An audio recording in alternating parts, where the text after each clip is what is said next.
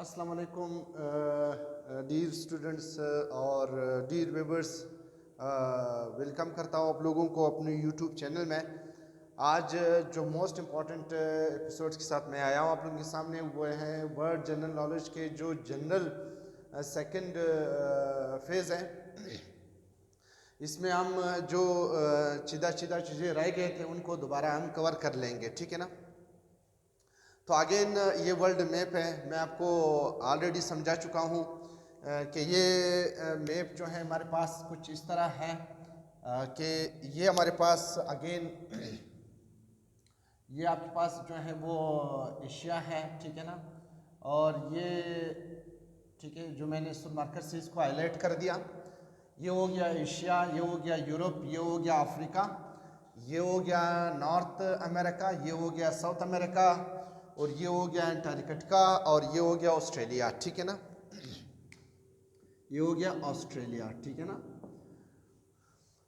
अब हम जाते हैं, ये जो कंट्रीज़ हैं उनके बारे में थोड़ा सा मालूमात लेते हैं कि बड़े कंट्रीज़ कौन से, छोटे कंट्रीज़ कौन से हैं, ठीक है। वन बाय वन सारे चीज़ें मैं इंशाल्लाह जो रह गए हैं उनको मैं कवर करवा दूंगा, ठीक है। ये आपके पास हो गया न्यूजीलैंड, ठीक है ना, न्यूजीलैंड, ठीक है ना, राइट। तो सबसे बड़ी कंट्री जो इस वक्त वर्ल्ड में है बाय एरिया, वो हमारे पास क्या है, रशिया है, ठीक है। ये आपके पास रशिया है। ये 11.0% वर्ल्ड को जो है वो कवर करती है एरिया पॉपुलेशन के हिसाब से, सॉरी एरिया के हवाले से, लैंड एरिया के हवाले से, पॉपुलेशन के हिसाब से नहीं। और दूसरे नंबर पर हमारे पास जो है वो चाइना है, जो सेकंड लार्जेस्ट कंट्री है by area in the world. और थर्ड लार्जेस्ट कंट्री जो है वो हमारे पास कनाडा है, ठीक है ना, जो कि 6.1% पूरा area of the land cover करती है। इसका मतलब ये है कि फर्स्ट कंट्री जो है लार्जेस्ट वो रशिया है, सेकंड लार्जेस्ट वो चाइना है, थर्ड लार्जेस्ट जो है वो कनाडा है, ठीक है। ये हो गए कंट्रीज़। अब इसी हिसाब में हमारे पास मुस्लिम कंट्रीज़ भी आते हैं बाय लार्जेस्ट स्मॉलेस्ट, ठीक है ना। इसी तरह स्मॉलेस्ट कंट्रीज़ बाय एरिया भी आते हैं, स्मॉलेस्ट कंट्री बाय पॉपुलेशन भी आते हैं, स्मॉलेस्ट कंट्री बाय एरिया भी आते हैं। Muslim smallest countries by area and population. तो पहला हम लार्जेस्ट कंट्री बाय एरिया करते हैं। स्मॉलेस्ट कंट्री बाय पॉपुलेशन जो है, या smallest country by area, smallest country हमारे पास बाय एरिया भी वेटिकन सिटी है और बाय पॉपुलेशन भी वेटिकन सिटी है, ठीक है ना। और ये 0.17 स्क्वायर माइल्स है, ठीक है। इसमें इस वक्त सिर्फ ऑलमोस्ट 1000 जो है वो पॉपुलेशन है, ठीक है। ये बाय एरिया भी छोटी है और बाय पॉपुलेशन भी ये छोटी है। तो स्मॉलेस्ट कंट्री बाय एरिया जो है वो क्या है, वो आपके पास वेटिकन सिटी है। मोनाको भी बाय स्मॉलेस्ट कंट्री है, इस तरह नेहरू भी स्मॉलेस्ट कंट्री है, ठीक है। ये वेटिकन सिटी सबसे छोटी है, इसके बाद मोनाको है, इसके बाद नेहरू है, ठीक है। ये स्मॉलेस्ट कंट्री बाय एरिया हो गए। और स्मॉलेस्ट कंट्री बाय पॉपुलेशन जो है वेटिकन सिटी है, और बाय पॉपुलेशन जो है नेहरू है। नेहरू जो है स्मॉलेस्ट रिपब्लिक भी है, दुनिया में सबसे छोटी रिपब्लिक जो है वो नेहरू है, राइट। इसके बाद हमारे पास आते हैं मुस्लिम लार्जेस्ट कंट्रीज कौन से हैं। अगर मुस्लिम लार्जेस्ट कंट्री हम देख ले तो बाय पॉपुलेशन जो है लार्जेस्ट कंट्री जो है वो इंडोनेशिया है, ठीक है ना। और स्मॉलेस्ट मुस्लिम कंट्री जो है वो मालदीव है, ठीक है ना। स्मॉलेस्ट कंट्री बाय एरिया भी मालदीव है और बाय पॉपुलेशन भी मालदीव है, ठीक है। लार्जेस्ट कंट्री बाय पॉपुलेशन जो है वो इंडोनेशिया है और बाय एरिया जो है वो कजाकिस्तान है, ठीक है ना। ये 2 पॉइंट, लार्जेस्ट लैंडलॉक्ड, ये बाद में मैं समझाऊंगा कि ये क्या है, ठीक है ना। इसका मतलब ये हुआ कि largest Muslim country by area Kazakhstan, largest Muslim country by population जो है वो इंडोनेशिया है, सही। स्मॉलेस्ट कंट्री बाय पॉपुलेशन जो है वो मालदीव है और बाय एरिया भी हमारे पास मालदीव है, राइट। अभी हमारे पास ये सबसे इससे पहले जो है तक हमारे पास सूडान जो था वो बाय एरिया लार्जेस्ट कंट्री थी, लेकिन चूंकि सूडान जो है वो डिवाइड हो गया, नॉर्थ सूडान साउथ सूडान में तकसीम हो गया, इसलिए Sudan no more by area largest country है। सही। अभी हमारे पास जो बाय एरिया है, एरिया जो है कजाकिस्तान लार्जेस्ट कंट्री है बाय एरिया, ठीक है। बाय पॉपुलेशन जो है वो इंडोनेशिया है, राइट। अब यहाँ पे मैंने 2 पॉइंट लिखे हैं, largest landlocked country, largest landlocked country. कुछ लोग जो है वो मंगोलिया अक्सर एग्जाम में भी पूछा जाता है कि लार्जेस्ट लैंडलॉक्ड कंट्री कौन सी है, तो लोग कहते हैं मंगोलिया है। बिल्कुल मंगोलिया ही है, लेकिन अगर हम देखें हमारे पास यहाँ पे जो यहाँ पे एक छोटा सा वो है लेक है, जो कि इसको हमने सी का नाम दिया था, कैस्पियन सी का नाम जो हमने दिया था, ठीक है ना। एक चीज़ आपको बता दूं, लैंडलॉक्ड कंट्री क्या है। लैंडलॉक्ड कंट्री वो कंट्री है कि जिसकी बॉर्डर जो है वो किसी ओशन के साथ अटैच ना हो, उसको लैंडलॉक्ड कंट्री कहते हैं। डबल लैंडलॉक्ड कंट्री क्या है? डबल लैंडलॉक्ड कंट्री वो कंट्री है जिसने एक तो अपनी बॉर्डर को क्रॉस करना है, फिर दूसरे बॉर्डर को क्रॉस करना होगा, ओशन तक पहुंचना होगा, ठीक है ना।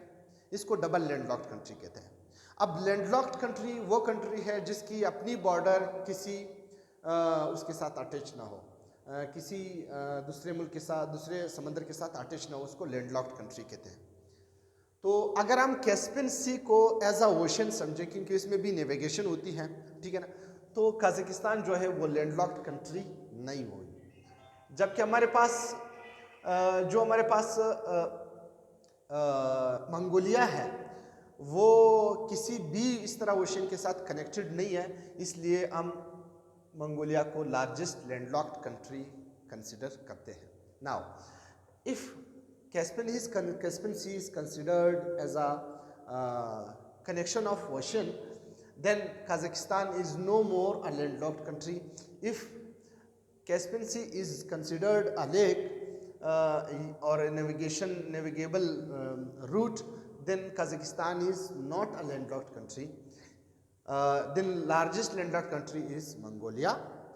If it is considered as an ocean or sea, then it is not the landlocked country, then Kazakhstan is the landlocked country. So ये ऑप्शन आपके ज़हन में रहना चाहिए, ठीक है ना। तो इसके बाद हमारे पास सबसे छोटी लैंडलॉक्ड कंट्रीज कौन से हैं? हमारे पास 2 इम्पॉर्टेंट लैंडलॉक्ड कंट्री इस वक्त मौजूद है, एक लेसोतो है, एक लिechtenstein है। तो ये हम बात कर रहे थे स्मॉलेस्ट कंट्रीज जो कि लैंडलॉक्ड है, ठीक है। इसमें एक लेसोतो है और एक लिechtenstein है, ठीक है ना। लिechtenstein ये यूरोप में है और ये जो है अफ्रीका में है, ठीक है। ये 2, इसके अलावा वैसे आपके पास ऑलमोस्ट 44 जो है इधर मैंने लिखा है 44 लैंडलॉक्ड कंट्रीज है वर्ल्ड में टोटल, ठीक है ना। 44 लैंडलॉक्ड कंट्रीज हैं वर्ल्ड में, यानी जिसकी अपनी बॉर्डर जो है वाटर के साथ अटैच नहीं है, सही, इसको लैंडलॉक्ड कंट्रीज कहते हैं। ये लेसोतो अफ्रीका, साउथ अफ्रीका एक कंट्री भी है और अफ्रीका एक कंटिनेंट भी है, ठीक है ना। चूंकि वो साउथ अफ्रीका है, अफ्रीका के साउथ में है, इसको साउथ अफ्रीका कहते हैं, ठीक है ना।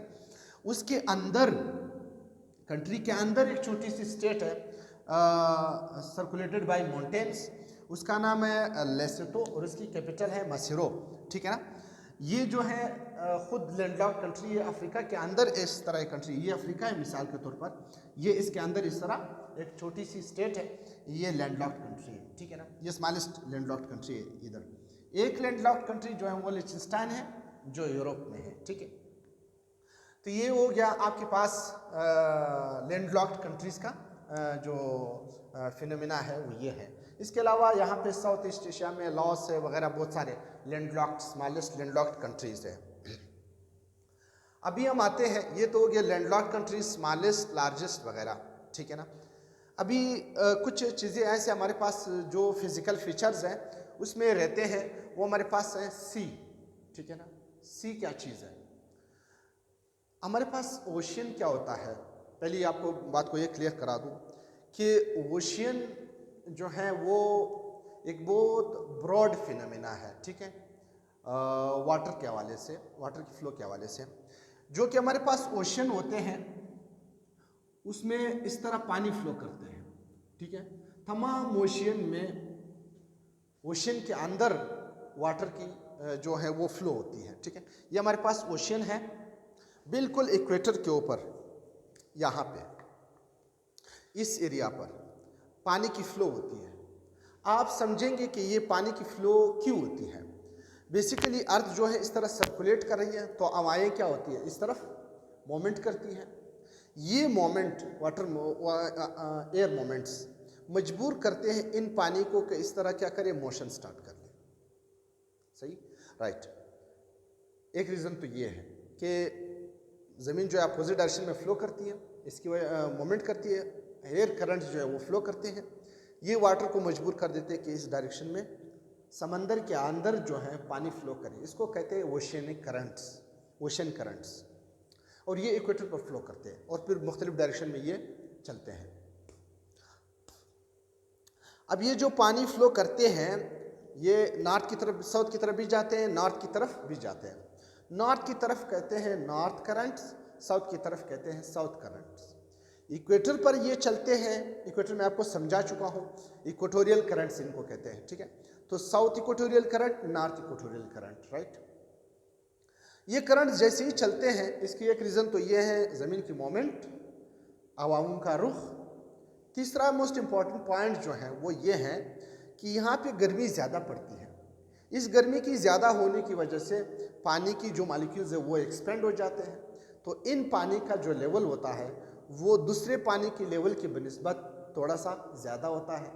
तो यहाँ पे पोटेंशियल ज़्यादा होने की वजह से पानी की जो फ्लो होती है वो इस डायरेक्शन में होती है। इनको ओशियानिक करंट्स कहते हैं। तो समंदर के अंदर इस तरह ओशियानिक करंट्स चलते हैं।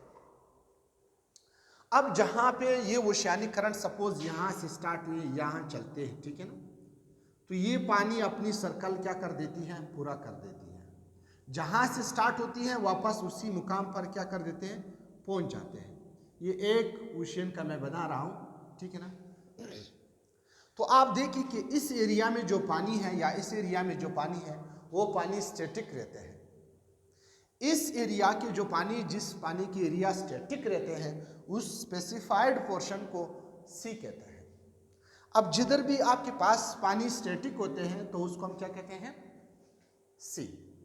तो ओशियन जो होते हैं, ओशियन के अंदर सी भी होती है, ठीक है, या ओशन के साथ कनेक्टेड भी होती हैं, जहाँ पानी की सर्कुलेशन स्टॉप होती है, मोमेंट स्टॉप होती है, बल्कि पानी एक लेवल पर जो है जमे रहते हैं, मतलब अपनी जगह से चलते नहीं हैं। इनको सी कहते हैं। तो सबसे पहले हमारे पास जो सबसे बड़ी सी है वो ये है, ये हमारे पास फिलिपाइन सी कहलाती है। ये दुनिया की सबसे बड़ी सी है, ठीक है ना। इसके बाद दूसरी सी जो है हमारे पास, ये जो सी है इसका नाम मेडिटेरेनियन सी है, और ये यूरोप और अफ्रीका के दरमियान में है। ये दुनिया की दूसरी बड़ी सी है। कुछ लोग कहते हैं कि अरेबियन सी दूसरे नंबर पर है, जबकि मेडिटेरेनियन सी तीसरे नंबर पर है। तो इसके लिए आपको मुख्तलिफ फैक्ट्स एंड फिगर्स मिलेंगे। उसकी अगर हम अरेबियन सी की जो लेवल है उसको थोड़ा सा एक्सटेंड कर दें तो ये इससे बढ़ जाती है, लेकिन अगर हम इसको एक स्पेसिफिक लोकेशन तक रख दें तो फिर अरेबियन सी जो है वो तीसरे नंबर पर है। बहरहाल फिलिपाइन सी पहले नंबर पर, मेडिटेरेनियन सी दूसरे नंबर पर, अरेबियन सी जो है वो तीसरे नंबर पर है, ठीक है, जहाँ पे पानी स्टैटिक रहते हैं। यानी जो हमारे पास इंडियन ओशन के अंदर अरेबियन सी है, ठीक है, पैसिफिक ओशन के अंदर फिलिपाइन सी है, और अटलांटिक ओशन के साथ कनेक्टेड जो है वो मेडिटेरेनियन सी है। ये मोस्ट इंपॉर्टेंट सी है। इसके अलावा 4 ऐसे और आपके पास सीज पाए जाते हैं जिनकी कलर की वजह से उसको हमने उसको नाम दे दिया, ठीक है। इसमें एक सी है आपके पास, ये है आपके पास येलो सी, ठीक है ना, ये आपके पास येलो, बल्कि ये इधर है येलो सी। अब why Yellow Sea is called an Yellow Sea. Yellow Sea इसलिए येलो सी कहा जाता है कि यहाँ पे एक रिवर फ्लो करता है, उसका नाम है येलो रिवर चाइना में, ठीक है। और यहाँ पे जो चाइना के अपर प्लेन है, यहाँ से एक किस्म के सिल्ट उठाते हैं, जो हमारे पास सैंड होते हैं वो उठाते हैं और इस समंदर में गिराते हैं, इस सी में गिराते हैं, जिसकी वजह से इस सी का जो कलर होता है वो येलो नज़र आता है। इस वजह से हम इसको येलो सी कहते हैं। So Yellow Sea is the part of Philippine Sea near North Korea and South Korea. ये आपके पास नॉर्थ कोरिया और साउथ कोरिया है और ये आपके पास चाइना है। इनके बीच में एक छोटी सी सी पाई जाती है, उसका नाम येलो सी है।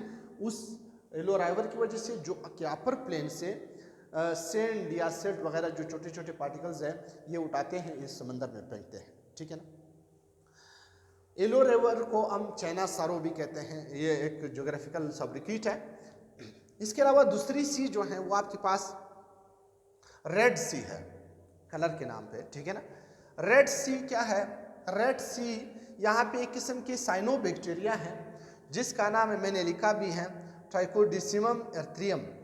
एक किस्म के बैक्टीरिया हैं जो इस पानी में होते हैं और ये इस कलर को क्या कर देता है? रेड कर देता है, जिसकी वजह से इसको हम क्या कहते हैं? रेड सी कहते हैं। तो एक वो गया येलो सी। येलो सी जो है वो किधर है? Korea, north Korea, south Korea, China, Japan और फिलिपाइन सी के अंदर। और दूसरी आपके पास जो है वो कौन सी सी है? रेड सी है, जो कि आपके पास यहाँ पे जिम्बाब्वे है, ऑरेंज ऑफ अफ्रीका इसको कहते हैं, और ये सऊदी अरबिया, इनके बीच में जो सी है ये रेड सी है, ठीक है। यानी इसका मतलब ये है कि ये एशिया और अफ्रीका के बीच में है ये सी, ठीक है ना। किसकी वजह से? इस साइनोबैक्टीरिया की वजह से। और ख़ासकर जनरल नॉलेज में साइंटिफिक पोर्शन में ये क्वेश्चन हमेशा आता है, ठीक है। वाइट्स कॉल्ड रेड सी, वाइट्स कॉल्ड येलो सी। तीसरी सी आपके पास जो है बाल्कन सी है, ब्लैक सी।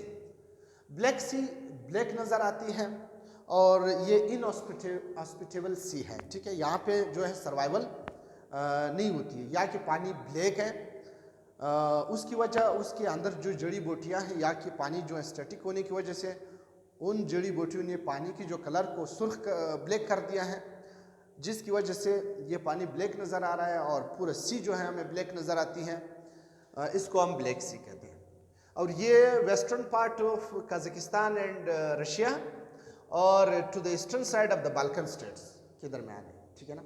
यानी बाल्कन कंट्रीज़, रोमानिया, बुल्गारिया, ये स्लोवाकिया वगैरह, ये जो कंट्रीज़ है बाल्कन कंट्रीज़ हैं, जो 11 बाल्कन कंट्रीज़ है, ठीक है, इनके बीच में पाई जाती है, ये ब्लैक सी कहलाती है, ठीक है।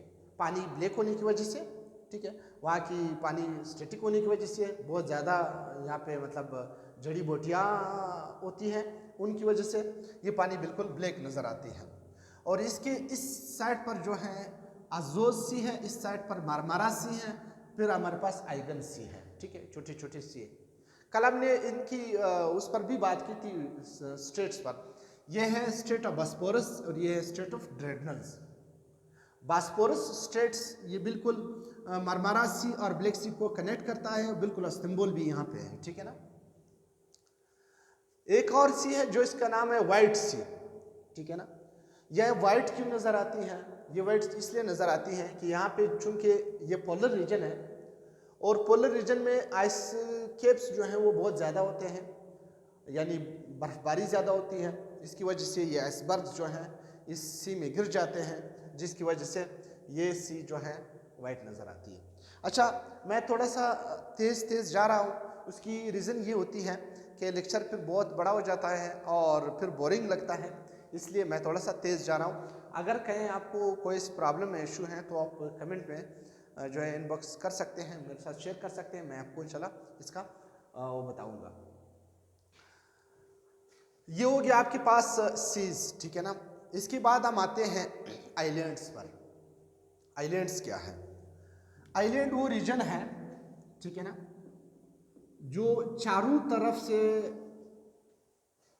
पानी की पानी उसके इर्द गिर्द चारों तरफ से हो, उसको हम आइलैंड कहते हैं।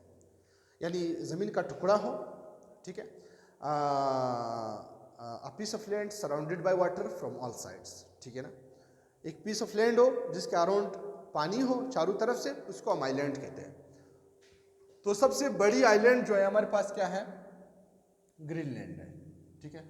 ये दुनिया की सबसे बड़ी आइलैंड है जो कि polar region, north polar region में कंटिनेंट नॉर्थ अमेरिका के साथ कनेक्टेड है, ठीक है। और इस पे जो तसल्लुत है वो किसका है? डेनमार्क का है। इसके अलावा ये जो ऑस्ट्रेलिया है ये भी एक आइलैंड है, ये सेकंड लार्जेस्ट आइलैंड है, और ये पूरा समझो एक ब्राज़म जो है वो एक आइलैंड है, इसलिए इसको कहते हैं आइलैंड कॉन्टिनेंट, आइलैंड कॉन्टिनेंट, ठीक है ना। आइलैंड कॉन्टिनेंट आपके पास ऑस्ट्रेलिया है और ये सेकंड आइलैंड है वर्ल्ड में, ठीक है। इसके बाद न्यूजीलैंड भी एक आइलैंड है, मेडागास्कर यहाँ पे है, ये भी एक आइलैंड है, ठीक है ना। ये सारे आपके पास आइलैंड्स हैं।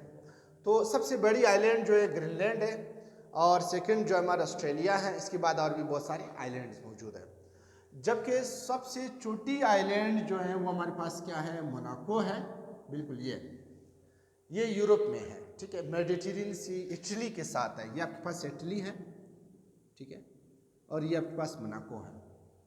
ये सबसे छोटी आइलैंड है वर्ल्ड में, ठीक है। ये हो गया आपके पास islands, largest island, smallest island. अब हम आते हैं उस पर, गल्फ पर, कि गल्फ क्या है और बे क्या है। गल्फ और बे में क्या फ़र्क है? वाटर की जो मोमेंट होती है वो गल्फ की लेवल को डिसाइड करता है, ठीक है ना। अभी मिसाल के तौर पर आपके पास एक सपोज ये एक पोजीशन है पानी का, सपोज ये पानी फ्लो करते हैं, ठीक है ना, इंटर होती है फिर यहाँ से निकल जाती है। ऑलमोस्ट बे हो या फिर आपके पास जो है गल्फ हो, वो एक सेंचुरी का काम करता है, सेंचुरी का काम करता है, यानी पनाहगाह का काम करता है उसके लिए, शिप्स के लिए, ठीक है ना।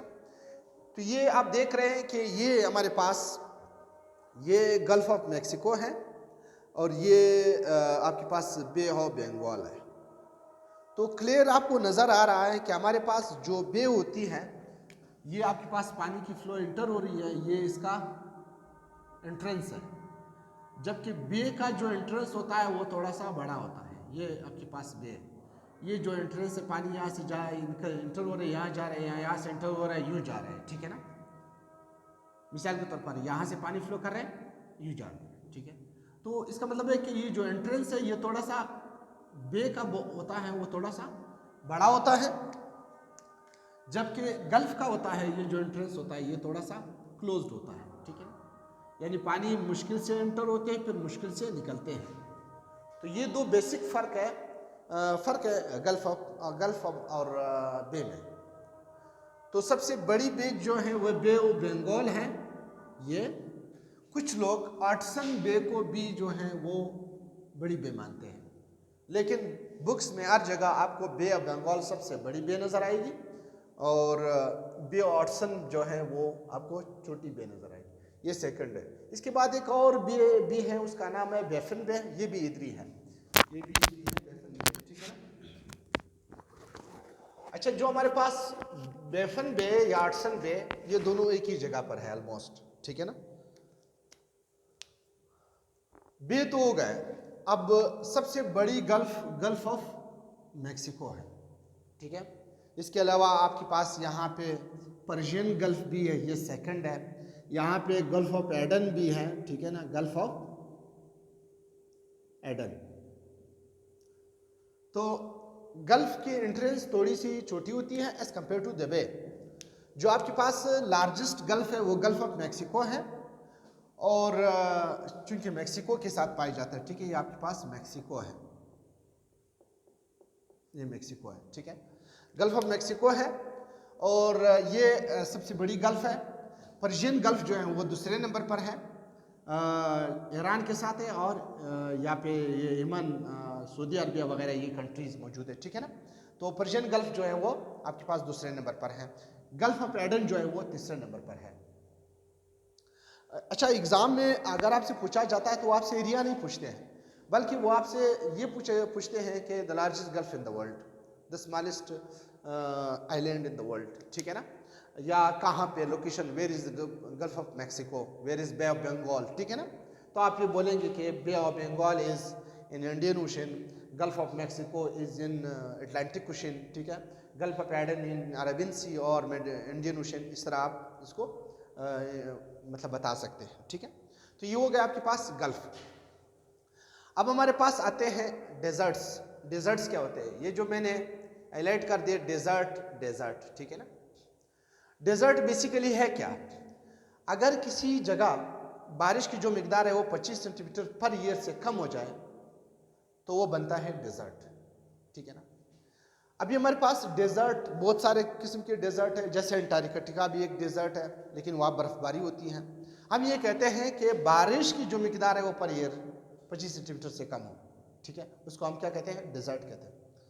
तो इसके अगर हम इस तरह देख लें, बर्फबारी को कंसिडर ना करें, तो सबसे बड़ी डेजर्ट पोलर डेजर्ट हमारे पास अंटार्कटिका है। ये वर्ल्ड में पहले नंबर 5.5 मिलियन स्क्वायर किलोमीटर इसकी एरिया है।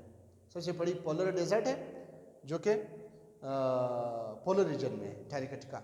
लेकिन हमारी ज़मीन की सरफेस पर जहाँ बारिश की मिकदार की बात होती है तो सबसे बड़ी डेजर्ट जो है वो सब ट्रॉपिकल सहारा डेजर्ट है, ठीक है। किधर पाई जाती है? अफ्रीका में। यहाँ पे आपके पास जो कंट्रीज़ है, माले है वगैरह, जो कजाकिस्तान है, सॉरी सूडान है, साउथ सूडान, नॉर्थ सूडान, ठीक है ना, ये सारे कंट्रीज़ यहाँ पे जो अफ्रीकन कंट्रीज़ है वो यहाँ पे है, ठीक है। तो ये सब ट्रॉपिकल डेजर्ट है जो सबसे बड़ी डेजर्ट है। सेकंड लार्जेस्ट डेजर्ट जो है हमारे पास, ये तकरीबन 11 कंट्रीज कवर करती है, 13 कंट्रीज सॉरी, ठीक है ना। और ये आपके पास गोबी डेजर्ट है, ये सेकंड लार्जेस्ट डेजर्ट है, और ये मंगोलिया, चाइना, रशिया वगैरह इन ममालिक के साथ अटैच होती है, ठीक है ना। ये सेकंड लार्जेस्ट डेजर्ट है, याद रखें। ये जो है सब ट्रॉपिकल डेजर्ट है, ठीक है। ये कोल्ड डेजर्ट है, ठीक है ना, कोल्ड डेजर्ट है, ये सेकंड लार्जेस्ट डेजर्ट है। अगर हम पोलर रीजन को कंसिडर कर ले तो पोलर अंटार्कटिका सबसे बड़ी डेजर्ट है, ठीक है ना। ये हो गया आपके पास डेजर्ट्स। अब हम आते हैं वाटरफॉल्स। वाटरफॉल्स क्या है? अगर आपके पास किसी जगह पानी की फ्लो जो है वो नीचे आती है, इधर गिरती है, यानी इसका मतलब पानी की फ्लो जो है ऊपर से आती है, नीचे गिर जाती है, उसको हम वाटरफॉल कहते हैं। तो सबसे जो मशहूर और सबसे लार्जेस्ट वाटरफॉल है वो आपके पास एंजल वाटरफॉल्स है। किधर है ये? वेनेजुला में है। ये टालेस्ट वाटरफॉल है। कितनी मीटर है इसकी? 979 मीटर है। ये tallest waterfall in the world है, ठीक है। सबसे ब्यूटीफुल वाटरफॉल जो है वो हमारे पास नायग्रा वाटरफॉल है, कनाडा में है, ठीक है। ओंटारियो सिटी के साथ ये जो वाटरफॉल है वो मौजूद है, ठीक है। और ये जो ओवरऑल जितने इन्फॉर्मेशन थे जो मुझसे हो सकते थे मैंने आप लोगों के लिए हाईलाइट कर दिए। इसके अलावा मेरे पास मतलब और भी बहुत सारे इन्फॉर्मेशन इसके हवाले से मेरे ख्याल में है, जैसे कंट्रीज़ के दरमियान जो बॉर्डर्स हैं, बॉर्डर्स के बारे में हम करेंगे बात। वंडर्स ऑफ द वर्ल्ड के बारे में हम बात करेंगे जो आपके जनरल नॉलेज का हिस्सा है, जो हर एग्ज़ाम में जनरल नॉलेज के हर एग्ज़ाम में ये सवाल पूछे जाते हैं। इसके अलावा बहुत सारे इंपॉर्टेंट क्वेश्चंस आते हैं आपके सॉब्रिक्यूट से। सॉब्रिक्यूट क्या है? ये जो कुछ कंट्रीज़, कुछ कंटिनेंट, जैसे फ़िलिस्तीन is called the land of prophets, Pakistan is called the land of pures, ठीक है ना। इस तरह बहुत सारे ऐसे सॉब्रिक्यूट्स मौजूद हैं, ये भी बहुत इंपॉर्टेंट है, ठीक है। इसके अलावा जो है कंट्रीज़ की कैपिटल्स और उनकी जो लोकेशंस, करेंसीज, ये भी बहुत इंपॉर्टेंट है। तो वन बाय वन इंशाल्लाह मैं ये सारे थ्रू मैप्स आप लोगों को करवा दूंगा। फॉरेस्ट रहते हैं, कैनाल्स रहते हैं, ठीक है ना। इस तरह कुछ कुछ जो हमारे पास इंफॉर्मेशन है वो मैं इंशाल्लाह आपको करवाऊंगा।